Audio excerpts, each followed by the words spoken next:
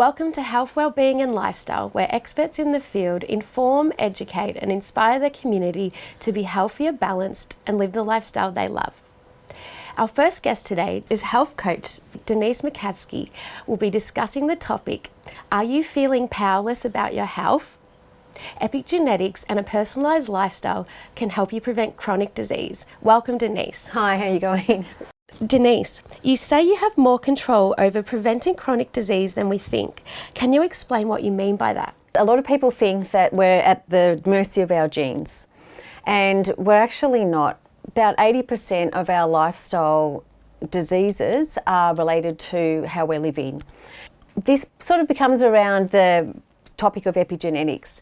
And epigenetics is probably something that people have heard before, but maybe not be quite sure about what it is, yes. And a good way to understand it is to break it down. I like to break it down into the two parts. So the epi, the first part of the epigenetics refers to on top or above, and the genetics is our DNA. So most people understand, we've got genetics, we've got DNA. But a lot of the things that we do and how we show up in the world is a result of how those genes are expressed.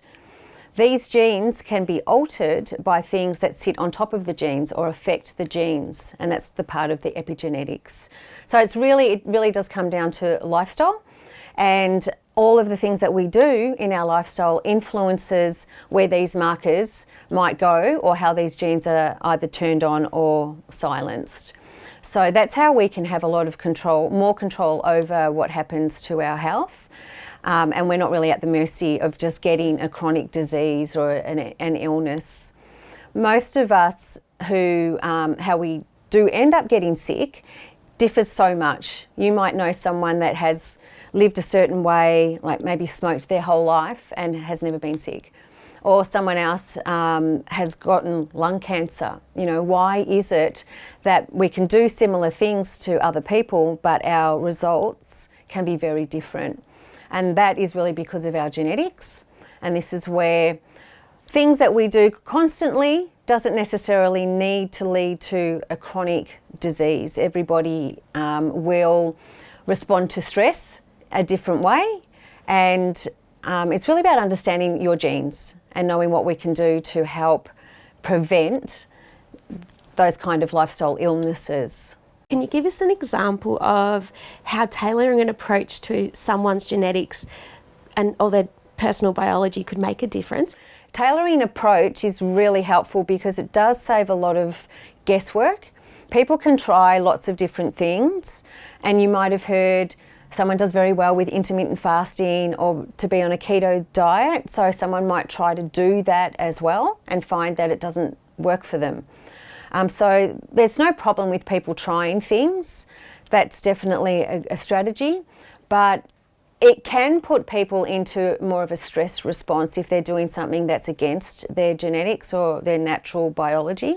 And so we can personalise particular strategies for people by understanding what their biology is and what their DNA or genetics is best suited to, and personalised strategies for them knowing that, so they don't have to go through the guesswork. So I can give you some examples around all the lifestyle strategies or lifestyle things that we do. Very common, food. Everyone eating different foods can be very challenging, trying to work out a different diet, like should I be vegetarian, should I be carnivore?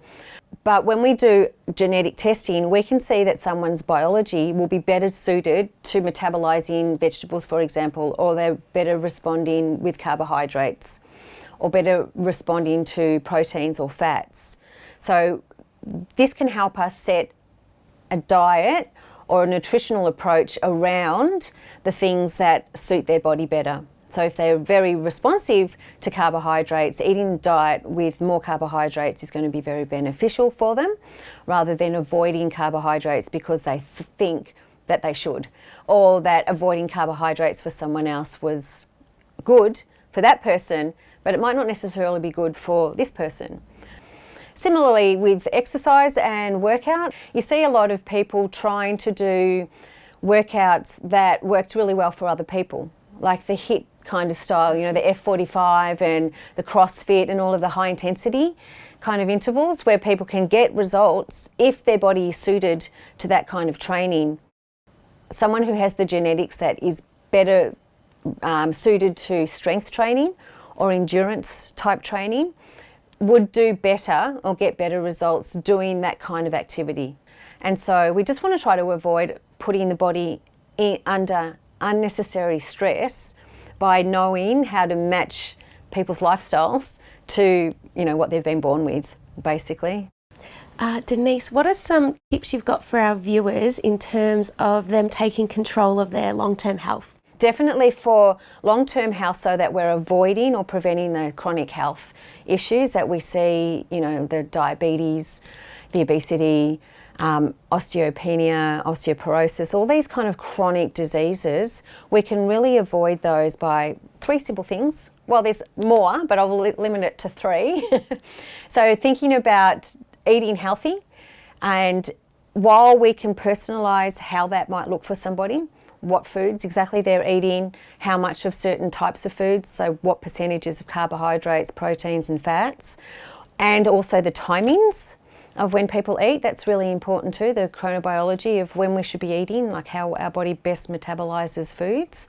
For most people, avoiding processed foods and eating whole foods in their natural state is going to be a really good tip for longevity and healthy living into the future with, trying to avoid those chronic illnesses. Sleep's really important. So chronic illness really comes down to how can we manage the stress on our body, and if we can get decent sleep, 6 to 8 hours per night, that's very beneficial for healthy aging and longevity, because when we sleep, so much of repair and recovery is happening, and if we shortchange that, then we're going to miss out on recovering properly, that we get this continued stress day after day after day, which really builds up and can bring us into those chronic ill health states. And just having a really mindful mindset, I guess, a positive mindset, because how we see ourselves and the people around us and our belief systems is a very big influence on our stress load, like how we manage what we're experiencing day to day. So I think getting on top of those 3 things is going to help people move the dial quite a lot towards healthy aging and living, longer, healthier. Another important thing is that we can try lots of things, but if someone's really struggling, it's probably better to go and seek professional advice so that you can get on top of the things and they don't get worse. I would always recommend seeking professional advice to help people with their health and well-being where they're stuck. Thanks for such valuable information, Denise. If you'd like to know more about how epigenetics can help prevent chronic disease and improve your lifestyle, and more about Denise Mokadsi, please go to her webpage on our website, healthwellbeingandlifestyle.com.au. And after the break, we have another interesting guest with another interesting topic.